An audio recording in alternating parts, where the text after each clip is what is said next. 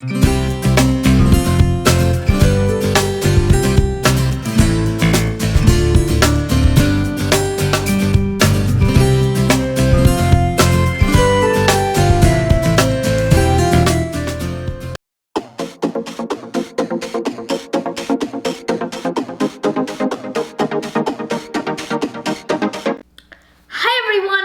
Jayden, and today we're going to talk about an important thing in the world, because important matters are my thing and I love important matters. But this time what we're going to talk about is something very, very important.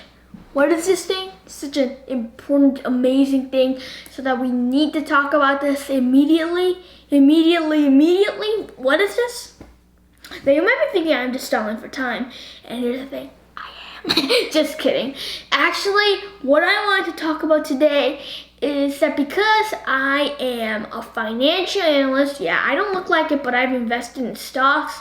Mostly they've all failed, but still, I've invested in stocks. I know, I've read the news. I watch many videos every day about finance, economics, and politics.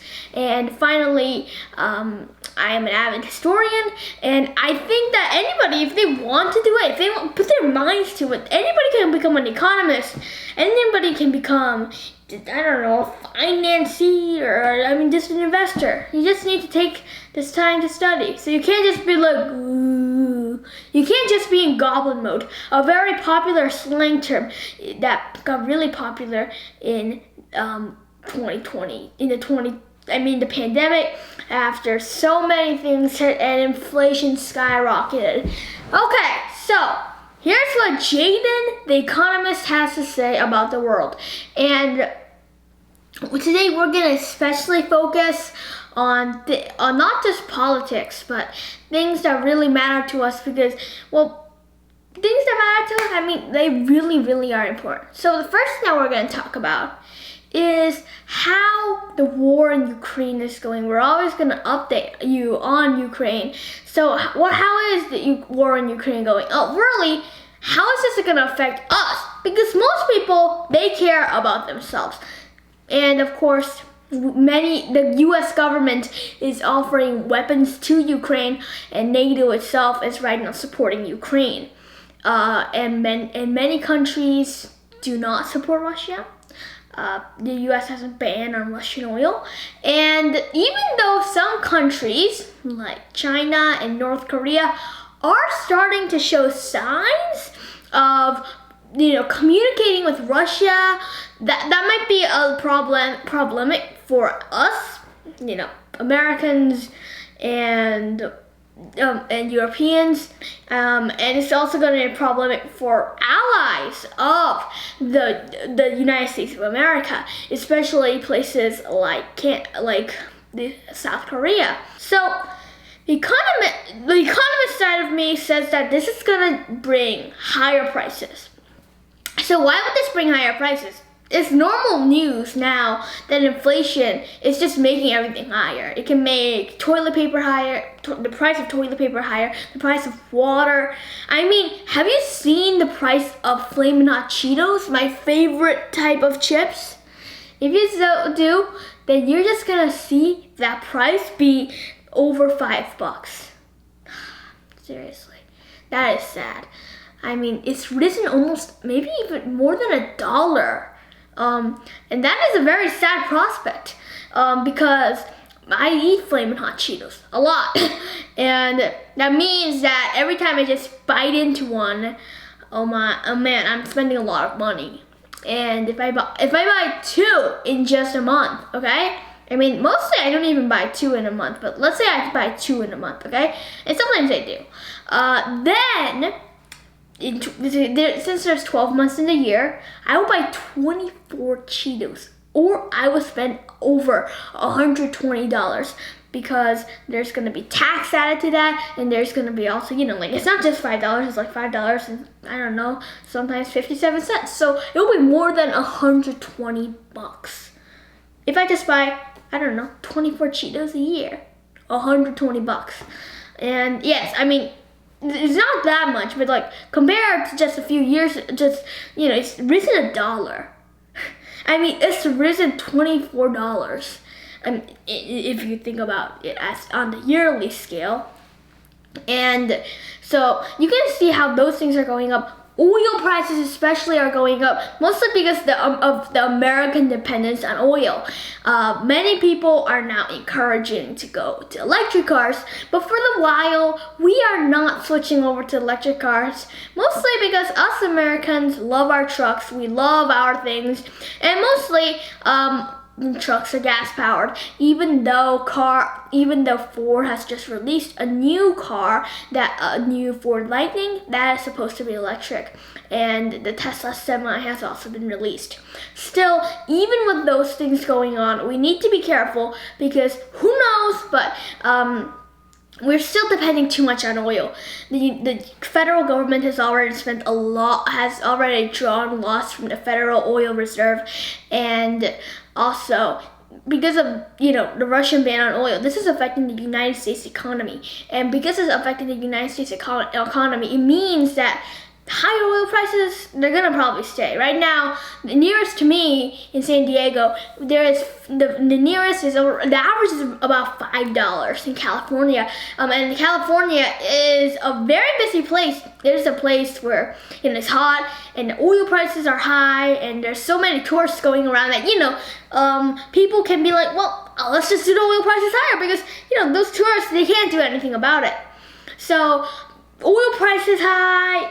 And electric cars, they're making slow moves right now. I mean, the electric car, still new, and many people don't have the money and the infrastructure, and they've been blown away by the pandemic, which has ruined many lives, devastated people, made people spend lots of money on healthcare, and finally lose their jobs, meaning that they won't have the money to buy an electric car, which means, and if you buy an electric car, that means that you can lose your dependence on the oil market, meaning that you don't get affected by those high prices, and that will be really good for those people.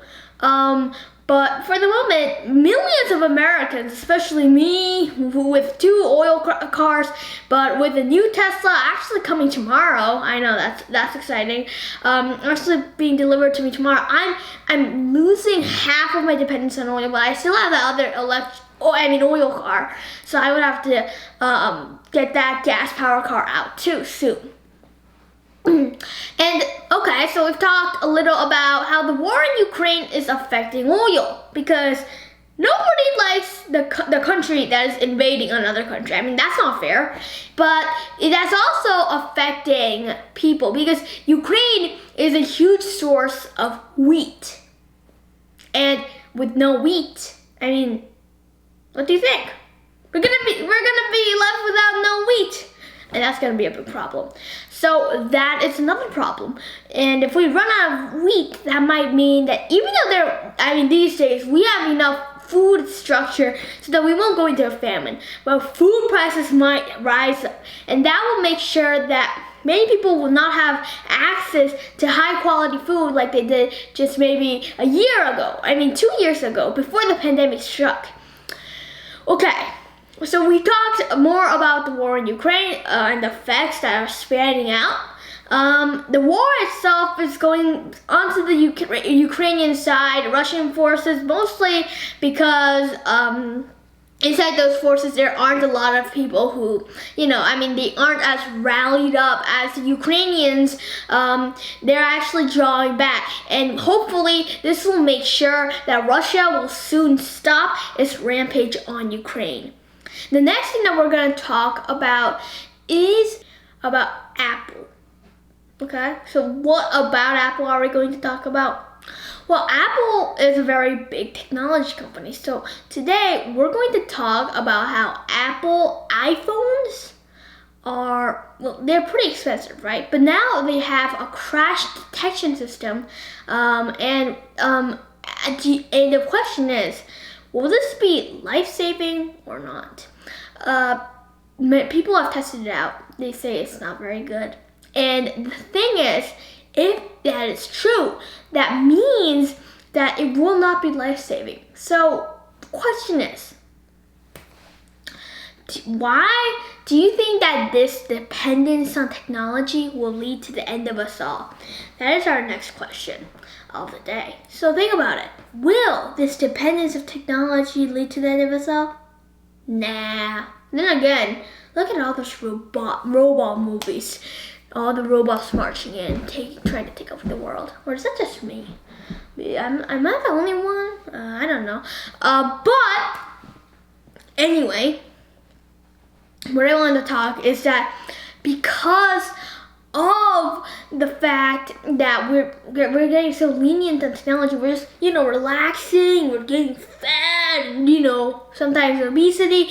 We're like we're sort of like sneaking into the technology lifestyle. But really, is AI something that we should trust? Artificial intelligence, is that something that we should trust, or is that something that we should think of as an enemy, or just something that we really need to tightly control? Or should we think of it as half friend, half enemy, so like frenemy? What do you think? What's your ideas? I think that personally, we need to control AI to do the things that we don't want to do, but not everything, or else we're going to get super lazy. What I mean is that we need to do the things that are impossible for humans to do. Maybe we can use robot-powered AI to clean up the oceans. We can use it to maybe go up and clear the space junk, that the thousands of pieces of space junk that is orbiting the Earth right this very second. Or we could use it to install solar panels. We could use it to install, I don't know, maybe dig up something that we don't want, like roots. Maybe we can use it to make sure that planes will land more safely, they'll fly more safely. Maybe we can use it to auto check things. Maybe we can even use drone taxis, robo taxis. They're all being innovated right now. Self-driving cars, I mean, they're a big thing, even though sometimes they don't even work, so we need to be careful. And with everything advancing, I mean, look at it, phones, computers, TVs, wow, self-driving cars, oh yeah, sure thing. I mean, we've gotten so much technology in our lives today. We've got so many promises of new technology coming.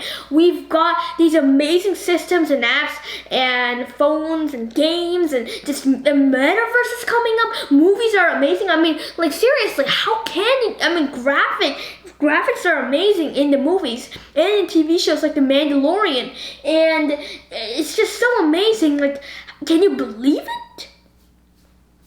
If you think about it too, think about all the AI. Think about the robo-taxis that actually might be working. Think about the electric cars. We're at the center. We're at the technology peak. We're at the peak of innovation. That's what some people say. But is that what we are actually at? Is that actually what we are facing? Or is it just a technology, or are we just advancing and innovating a technology? Because if you think about it, people in the Harlem Renaissance in the 1920s, people who in the Roaring 20s, people could have thought that was the center of innovation. When people first invented the Model T, that might have been the center of innovation. Maybe some people will say, well, no, those are not the centers of innovation in our history. It was Thomas Edison's light bulb. But some other people could say, no, that isn't it. It's when the Chinese got the gunpowder idea, that destroyed billions of lives and, killed so many people that even today we're using so much. I mean, like, look at that drone. It's just, crashed and killed so many people. I mean, we're still using this Chinese gunpowder is the best because it's killed the most people. Okay, yeah. I know, sad, but many people, I'm pretty sure that megalomaniacs would think that. And that is the problem. Technology can be used for bad things. And sometimes we fool ourselves, and we get racist things from the web. The web is a place where you can't see each other sometimes. That means that people are free to say what they think. Racist slurs and slangs and racist videos, they can show up on social media. Actually, Facebook's top 20 most saw videos, and tweets and posts. I almost said tweets. That's for Twitter. Sorry. Facebook's top posts, they were mostly about fighting and shouting, and that's not good. So I think that the web is also a place where many bad ideas can spread, that racist ideas can spread, So yeah, that is another problem. So maybe we should think about that too. Maybe technology isn't that good. Then again, technology can help us do, yeah, like I said, already all those impossible things that we can't do. It can help us learn, it can help us develop, it can help us study science, and it can help us, do amazing things, feel amazing. And that's sometimes what we need. So, the ins and outs of AI, they're complicated, but AI is a very important part of our lives right now, and we're gonna see in another episode how AI is going to really, AI, we're using AI, but what's some other innovations that we have around. So I hope that you enjoyed. We talked about, crash tests, we talked about our dependence on AI, right? We talked about in Ukraine and rising oil prices, and we also talked about EVs. I hope that you enjoyed this episode, and come back again. Please subscribe, and yeah, just have a great day, and I hope that you get tuned up on the news, because of course news, finance stuff, they're fun. You just need to find them fun.